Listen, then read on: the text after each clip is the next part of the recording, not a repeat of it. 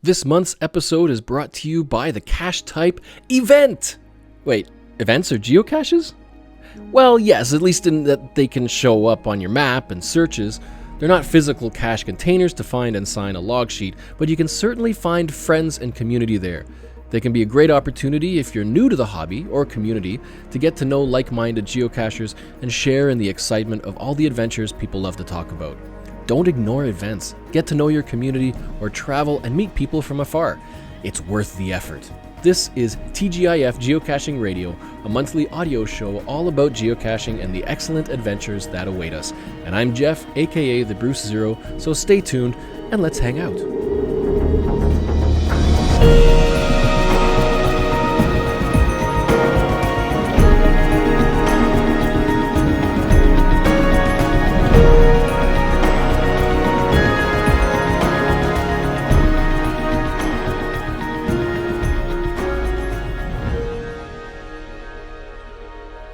Welcome, and thanks for tuning in. First off, I just want to note that I believe the issue some people have reported about the podcast not being downloadable from Apple Podcasts is fixed. Streaming worked, but downloading the episode for some reason failed. So if you still have issues, please let me know. That said, I am excited for how well this podcast is doing. Thank you for your comments and feedback. I love hearing from you. Every month I try to bring you some interesting topics and news from the past few weeks, all to highlight the amazing experiences that this hobby can bring. So this month we've got a sort of grab bag of interesting news and topics and a bit of Icelandic speaking guide. Winter has been up and down around here, and right now it's kind of down. I don't know about your area, but north of the equator in my region there's been very little snow, and we even recently beat a warmth record decades old. But to be fair, we've also had a couple of deep freezes. Makes for some fun country driving and roadside geocaching. In any case, spring is around the corner, and I feel like this is going to be another jam-packed, fun summer of events and geocaching adventures. So let's dive into some news updates. Back in episode 2 in November, we had a chat with the talented geocaching musician Steve Weeks, aka The Travel Bugs. That episode released just before he released his own brand new song, It's Mega. Let's get this party started. They're pouring through the door, 200 and counting. Travel Bugs on the stage rocking out. We're filling up the house and we're gonna hit 1,000. We're not gonna stop until everybody shouts, It's Mega. That project was a crowdfunded song giving supporters a chance to be a part of the song itself, being mentioned as one of the attendees in the lyrics. It was a big success, and the song is available to listen to on Spotify and other platforms. It was really cool to be able to be a part of that project.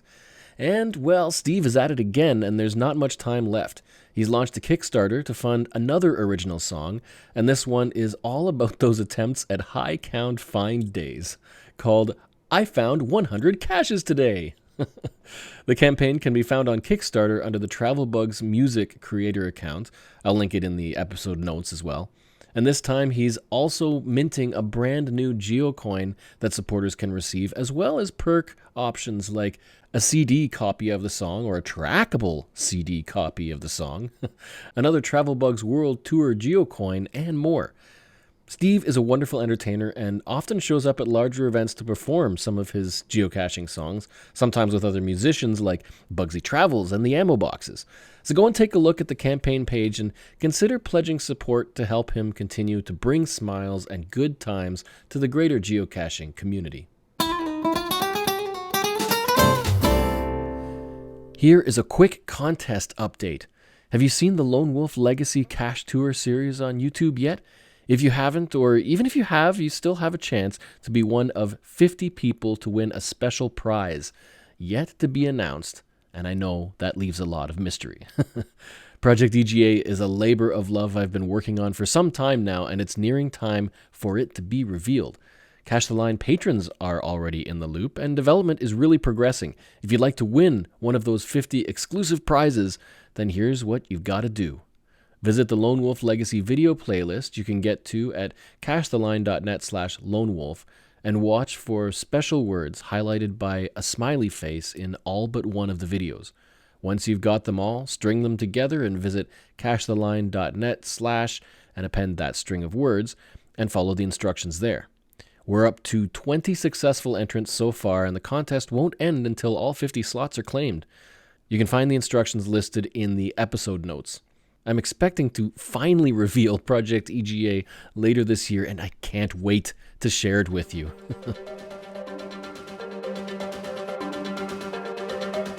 This summer, the Cache Fest mega event is returning to Memphis in July.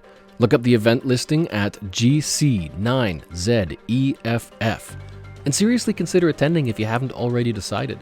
This year, the team has a brand new component to the event, the Cache Fest Vault. Leading up to the event, 45 keys have been and will be hidden all over, revealed one by one with hints to their locations. And anyone who finds a key and takes it to the event will win a prize. But one and only one of those keys will be the one that opens the vault. So far, it's hinted that there's a very large bundle of prizes to be won, including $500 in gift cards, plus autographed books, rare geocoins, and more. So watch the Geocache Talk Network for announcements and key hints, or join the Cache Fest Memphis Vault group on Facebook to be the first to see new hints.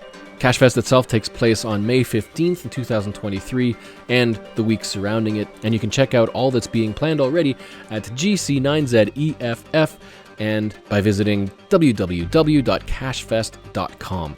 If last year was any indication of how awesome this event will be, you won't want to miss this one.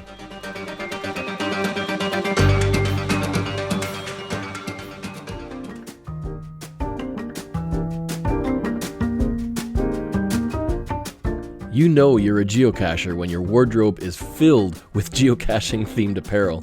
Maybe from dad jokes to trackable shirts to signature and brand names and logos, who knows? But there's a huge resource I want to share that's primed to provide all sorts of shirts you can choose from to show off your love for the hobby at artedcrafted.com. There's even options to customize designs so you can be unique. And until April 30th, if you place any order and use the coupon code CACHTHELINE with spaces, you can save 15% off your order at checkout. There are some pretty slick designs there, and right now I'm waiting for one to arrive that I can start showing off in some upcoming videos. Maybe you'd love declaring, a day without geocaching probably won't kill me, but why risk it? Arted Crafted can sometimes be found at merch tables at events, so you may cross paths with them once or twice this summer if you're planning to attend some mega events. Go visit the store now at artedcrafted.com and freshen up your wardrobe a bit, and save on your order with the coupon code CACHTHELINE.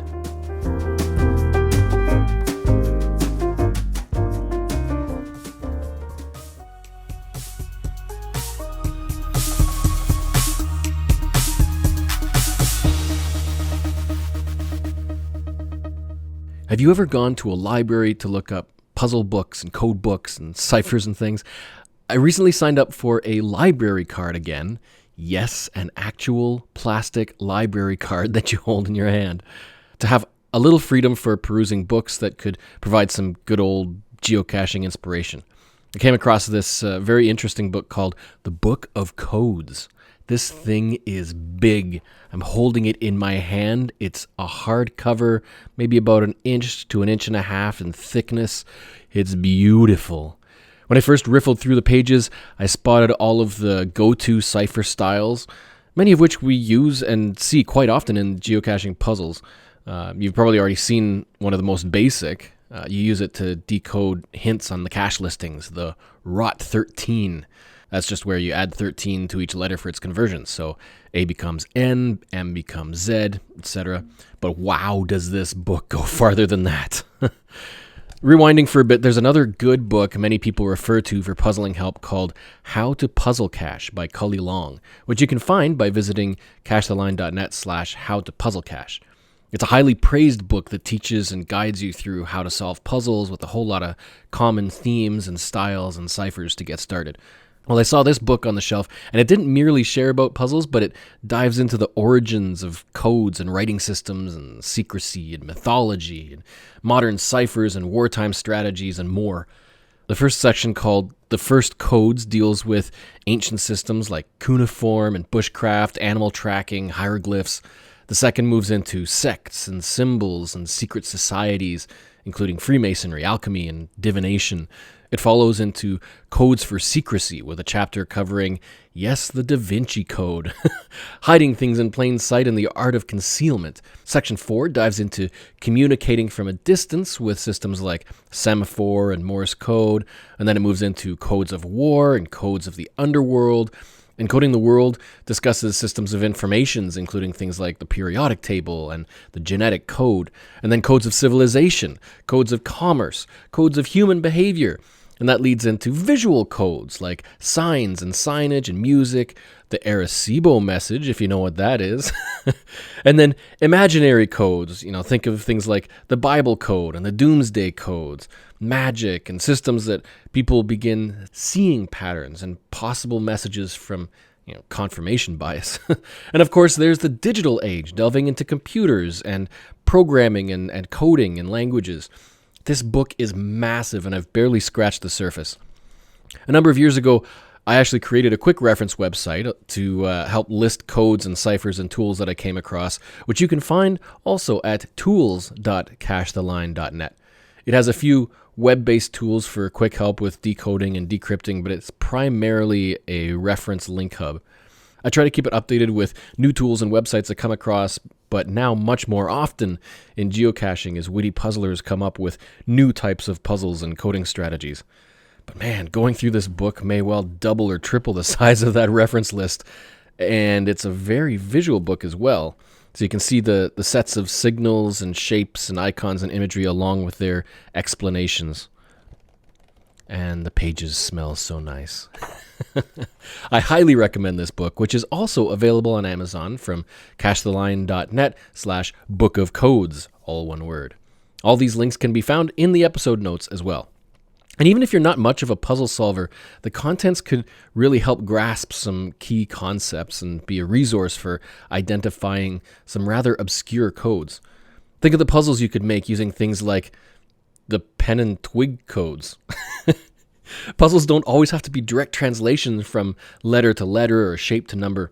A good puzzle designer can think outside of the box and incorporate patterns and shapes into instructions to help decode a message. And sometimes, as puzzle solvers, all we need is that one diagram that looks something like that shape we saw in a puzzle recently to open the door to that long desired solution we've been banging our heads on for weeks. At the very least, it's intriguing and could just serve as a great educational read. I mean, have you ever heard of the Phaistos disc? I think that's how it's pronounced. I didn't, but it was found in 1908, dating back to around the early 2nd millennium BC, and it's covered in symbols that are documented with names and numbers. Now stick that in an enticing themed geocache puzzle or even a field puzzle. This is the kind of book that actually gets me excited again for well-designed and creative puzzles, though I might skip over the advanced math section. Check it out at cachetheline.net/book of codes. It's a nice one to have on the shelf.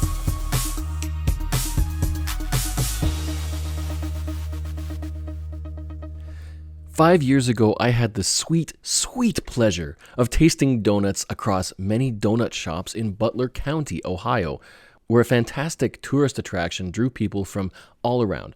Butler County created a donut tour and also partnered with Geocaching HQ to create a special Geo Tour, GT77, a series of geocaches placed at each stop on that tour to highlight the doughy delights. Sadly, while that tasty tour lasted for years, it was announced in January that it was being shut down as of February 8th. I remember targeting the Geo Tour in my road trip to Geo Woodstock in 2018, joining a few other geovloggers and geocachers to dive right into all that icing. I pledged to eat a donut from every donut shop. That's 15 different stores. Well, I quickly made an adjustment to have one bite from a donut at each. Suffice to say, the energy after completing that Geo Tour was through the roof. That was a lot of sugar and a lot of goodness, but even more good times with friends. And you can watch that video from that little adventure at cachetheline.net/donut trail. Geo tours are a great way to visit an area and see attractions. They're typically sponsored by local tourism boards and businesses, and because they're a financial partnership, the geocaches themselves tend to be very well kept and maintained. This Donut Trail Geo Tour was no exception. I'm sad to see it go. If you're ever on the road, check to see if there's a geotour where you're heading. It's probably worthwhile finding a few of the geocaches, but could even be worth finding them all, especially if they award a prize for completing the entire tour, like a collectible geocoin.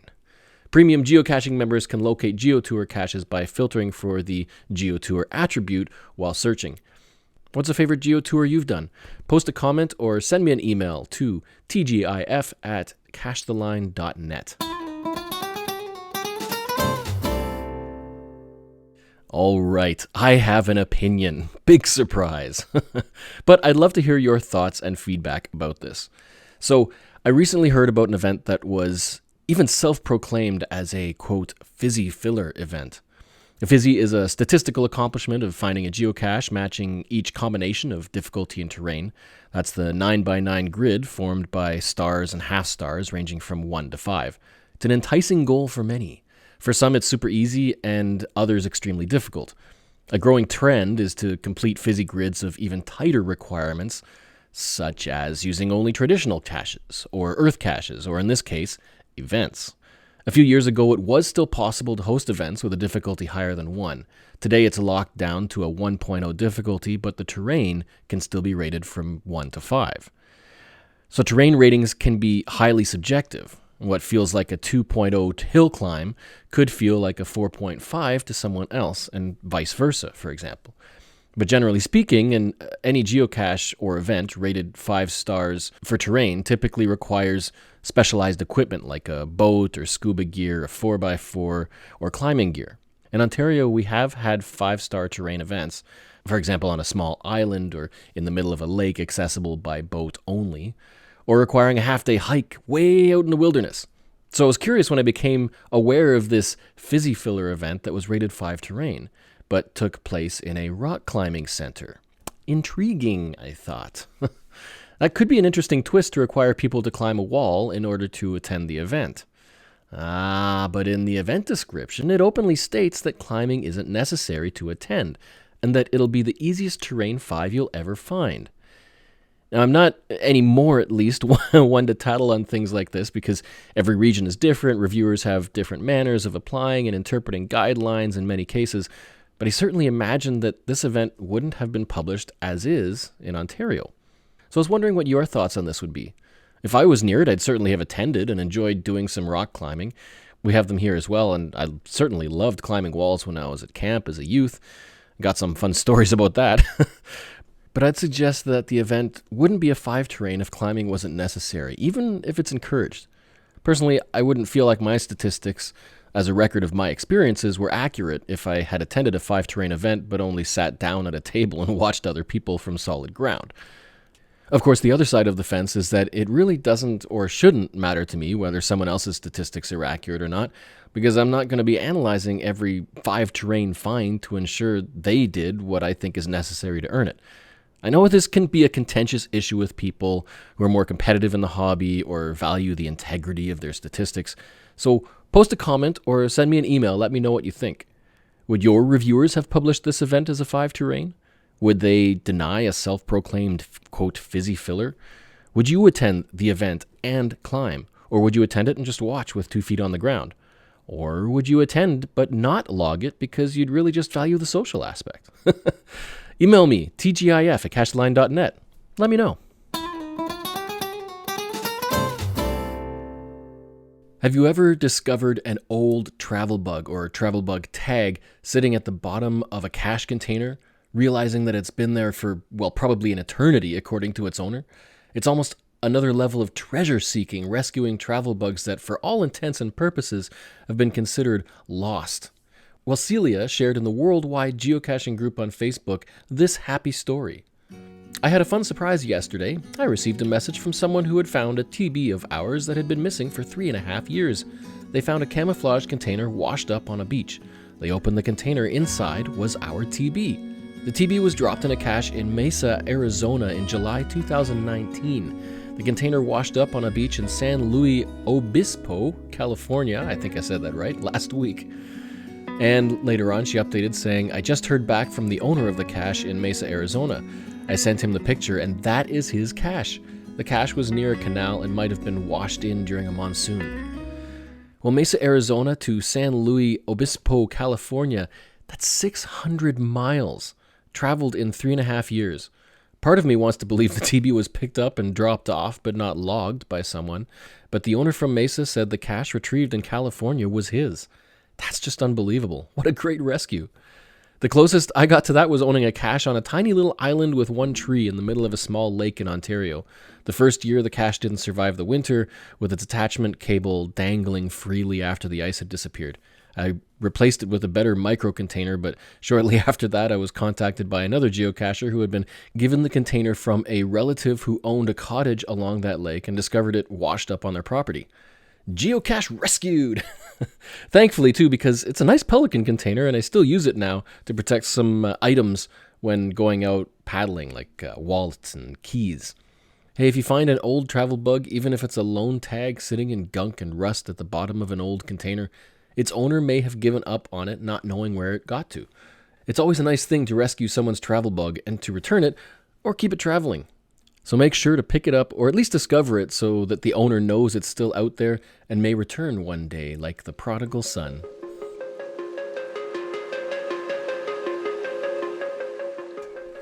I've always been a little curious to know what portion of the global geocaching community are iPhone geocachers. It's hard to believe it's now been 14 years since I started geocaching and have only ever used an iPhone with iOS. But I think part of why it's gone so well is because of the power at my fingertips now with Cachely, the best geocaching app for iOS by far. There's also the official geocaching app, and it has its uses. For me, that's mostly the message center and souvenirs, but I think Cachely has really surpassed all the other apps in features and functions and versatility. I've published a handful of videos showing some of its strengths, and I may just need to whip together some more tips and tricks, guides in the future. I haven't been able to try out the Apple Watch integration, but I hear it's great. For now, I'm just happy with my cheaper Garmin Forerunner watch receiving those buzzes of iOS notifications like hiking and entering within close proximity to a geocache with the phone sitting in my pocket. And the offline maps are a godsend when traveling. I highly recommend this app, whether you're a veteran geocacher or just starting out in the activity. Once you go Cachely, you'll never cache rashly. Does that even make sense? Find it in the App Store or by visiting www.cachely.com, CACHLY.com.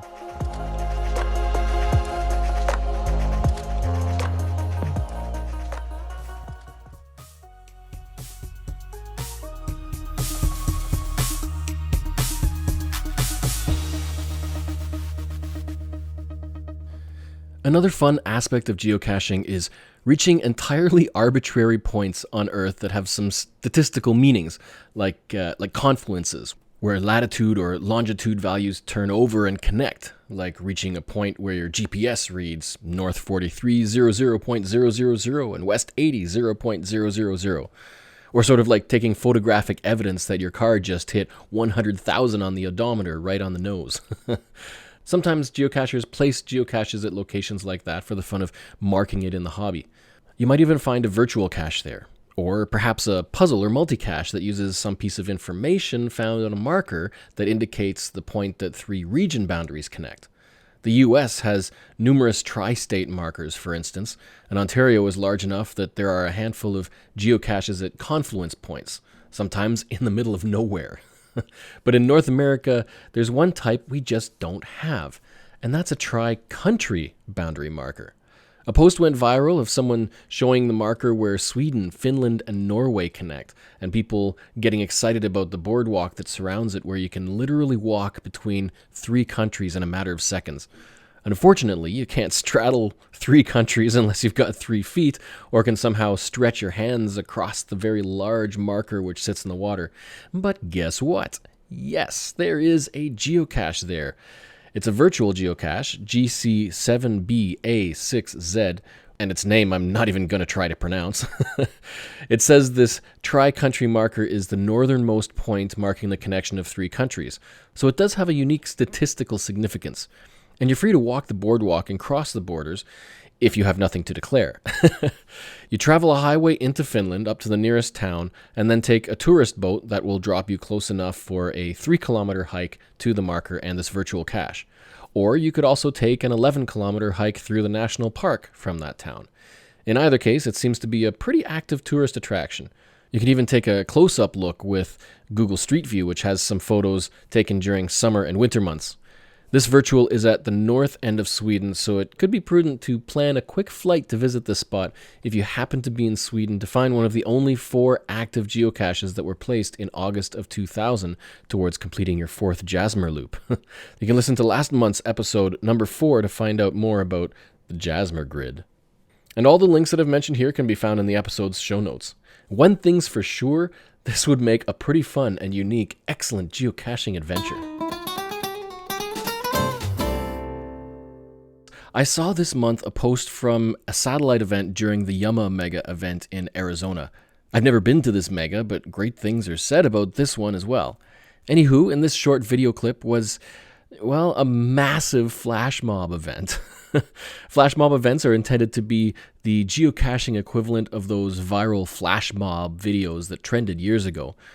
For geocaching, they're the shortest an event can be held, about 30 minutes, and if holding to the flash mob theme, a plan is set for people to vaguely wander around, but quickly and immediately congregate at the event location, do all the things, and then quickly disperse. Depending on the plan, it could be super fun, and this video had me entertained. There was an enormous crowd of people, most holding a banana to their ear, heading to the center of an open paved roundabout. I had to look this up. It was the Banana Phone Flash Mob, GCA23ZM. And here's what the description says. If you have one, please wear a geocaching shirt of any kind so that onlookers will know who the cool people in the roundabout are. Bring a banana if you can. If you forget or can't bring one, we'll have some extra bananas available. Maybe bring several to share with others. Try to be near the roundabout but not in it. You may see old friends or make new ones while we wait for the signal to start. Keep your banana hidden until the event begins. Be nonchalant. When you hear the amplified sound of a landline telephone ringing, quickly gather in the roundabout and take out your banana. After 3 rings, hold the banana to your ear like a telephone receiver and answer, "Hello," a few times. And then begin calling out, "Can you hear me now?" into the banana. Move around a bit as if trying to find a spot with good reception, continuing to shout louder and louder, "Can you hear me now?" And then, of course, it all breaks down because Shout, the song, then starts playing and people are instructed to begin dancing, waving their arms in time to the music. And as soon as it stops, to put everything away, exit the roundabout, and pretend like nothing happened. I mean, what does that have to do with geocaching? Nothing. But what a fun way to bring the community together and have fun. A great add-on to the time people are around for the mega. A nice little touch to this one, if you didn't want to keep your banana, you could leave it, hopefully in decent condition, uneaten, and the extras would be donated to the local food bank. That looked like a great fun time, an awesome idea by the Yama Planning Committee. And another reason why it's great to get those local geocaching events planned on your calendar and to post those will attends.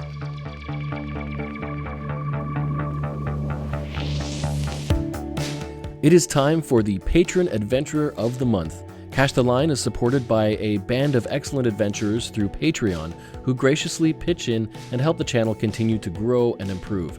And for this show, our Patron Adventurer of the Month is Seekir. Stacy is a longtime supporter, first joining the band of excellent adventurers while living in Hawaii.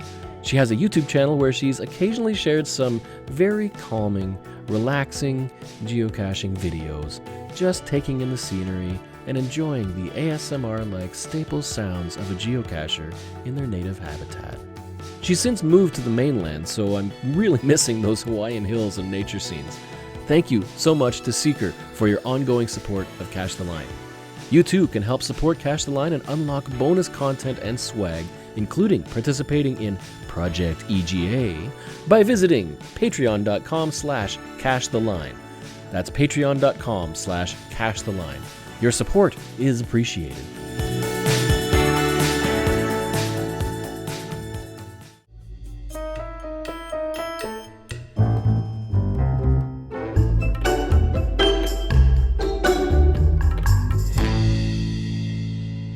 All right, y'all, let's do this. I am at a tree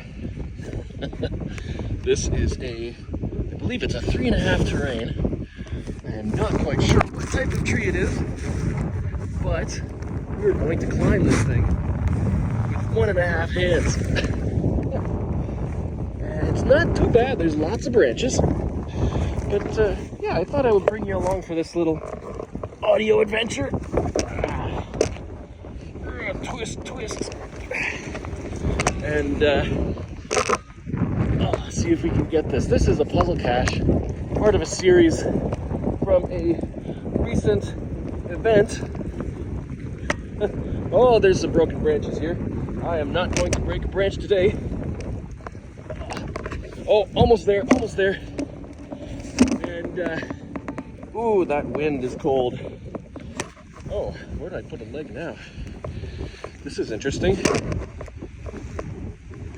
Oh, I think I might have to hop. Okay, switch the legs. Good. This is the fun tree climbs. Negotiating where to put your feet safely. You may know the guideline of always have 3 feet anchored, or 3 anchor points. Okay, now I see the container and it is just at the end of my reach. If you could see, oh, there's the sound. Can I get to it? I think, oh, the one-handed cap release. Yes. And there is the log sheet. Got a muggle carc.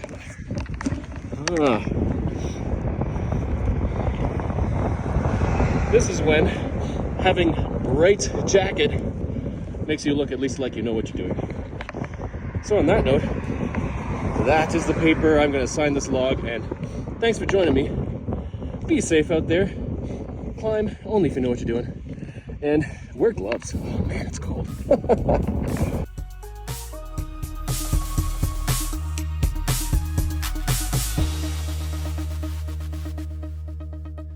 All right, let's speak the unspeakable. Eyjafjallajökull, Vatnajökull þjóðgarður, Svartifoss, Reykjavik, Hjá. That is a taste of probably some badly butchered Icelandic. Man, I have such a soft spot for Iceland, at least when it comes to geocaching. A couple of years before I started geovlogging, I took a 4-day solo road trip to explore and find some geocaches and earth caches there, and wow, was it a fantastic trip. One of the first things I wanted to research in planning was the language, but I came across the famous Iceland volcano that shut down air traffic in 2010 across the UK and Western Europe. And this really stood out to me because apparently, and understandably, so many news outlets and anchors and reporters just could not pronounce its name. While it spewed ashes, newscasters spewed a molten lava of syllables. Eyjafjallajökull. Eyjafjallajökull. It's Eyjafjallajökull. Eyjavollek. And I'm not going to get this name right, but it's Eyjafjallajökull. And the volcano. That volcano. From that volcano whose name nobody can pronounce. It even got a cameo on Saturday Night Live. Huge clouds of ash shot into the air by Iceland's, I hope I'm saying this right, volcano. Ejkpbr. Joe. Cool. I don't know. All together now. The glacier is called Eyjafjallajökull. Am I pronouncing that correctly? Nearly. Nearly. The real networks are trotting out Icelandic interpreters. The pronunciation is Eyjafjallajökull. Eyja means island, Fjalla means mountain, and Jökull means glacier. An easy name to say. Eyjafjallajökull. The U.S. military has figured out a way around pronouncing it. Operation E15. E for the first letter of the volcano, 15 for the 15 letters following that. Traveling to Iceland is such a rewarding experience. For us Westerners, it's not that different from North America when it comes to travel, driving on the right side of the road, for instance, and the Southwest is very tourist-friendly, so English is almost universally spoken. But one place I visited in my trip was a national park that combined numerous words into its name, which is another nice thing about Icelandic language, called Vatnajökull þjóðgarður. Vatnajökull þjóðgarður. It roughly translates to Lake Glacier National Garden or National Park. But what I want to highlight are two famous volcanoes in Iceland, both of which now have geocaches you can find or visit nearby. Firstly, back to that famous E15. Back in March of 2010, an earth cache was placed close to the Eyjafjallajökull volcano while it was still active. Safely at a distance, of course, but to summarize the earth cache, seismic activity started around the volcano around 2 months before it finally began erupting. And when erupting began, many locals had to be evacuated, and there were issues with possible flash flooding near the ice caps and snow. Its fissure was 500 meters long with numerous lava craters, and the lava was around 1,000 degrees Celsius and shot up to 150 meters in the air. Later, another explosion began, the big one, with eruption columns up to 4 kilometers vertical and vapor plumes from contact with snowdrifts 7 kilometers high. An earth cache like this came with words of caution and safety, of course, with lava still being very hot and hazardous and risk of toxic gases. But what an experience that would be. I mean, take a look at its listing, GC26DMX, and check out some of the early photos. Amazingly, another opportunity similar to this occurred in 2021 and much closer to tourist access in the southwest, but without the widespread effect of ash clouds. A decade later, technology, internet, and social media were also much more prepared to make this a super viral event. I mean, there were people willing to record and stream video while flying their drones around and through the erupting volcano to the point of melting and losing the drones just to capture unique and possibly once-in-a-lifetime footage. That's also one of the reasons why being able to find a cache or an earth cache at a place like this would just be surreal. Well, the call was answered when this new volcano decided to wave to the world. This one, Fagradalsfjall, also lies on a major fault line that crosses through Iceland and began seismic activity in February 2021, erupting in March. This earth cache was placed in September by an Ontario local who visited Iceland and walked the ridge that leads to the earth cache with a view over the magma field, still active during his visit. Take a look at GC9G203 by Bug Finders, and then Google photos and videos from this unbelievable event. I'll add links to the episode notes and spellings of these unspeakable volcanoes as well. These types of geological sites were really the highlights of my trip to Iceland, and while I didn't see erupting volcanoes, I walked to the rim of a crater, walked behind one of the most iconic waterfalls called Seljalandsfoss, which is used often in very fantastical film scenes. I crawled into an old lava tunnel to find a geocache. I took a dip in a small hot pot heated geothermally in the dark while snow fluttered around lightly. All of these were part of one amazing adventure, all because of geocaching. I even chose the fun of attempting to learn, to some degree, to understand and speak, or at least sound like it, a foreign language. Geocaching can take you places far beyond your wildest imagination, long past those lampposts in the parking lot, down the road, past the old tree in the park and the gadget cache just outside town. The world is your oyster when you let geocaching be your guide. Even though they say geocaching is free, if you manage to adventure beyond your proximity range, chances are the return on the investment will more than pay for what you put in. 4 days in Iceland and I barely scratched the surface. There's my challenge for you this year. If you do anything new this year, go and scratch the surface. If you have any adventures you'd like to share, I'd love to hear from you. Email tgif@cachetheline.net or phone one in and leave a message at cachetheline.net/POI. We'd love to hear if you have any comments or funny stories, milestones, accomplishments, rants, and adventures to share. tgif@cachetheline.net. Thanks for listening to the episode, and please remember to give the show a thumbs up or a positive review. Thank you to the sponsors, Cashly and Arted Crafted, and all the patrons who support Cache the Line. If you'd like to join the band of excellent adventurers, please find us on Patreon or by visiting cachetheline.net/Patreon.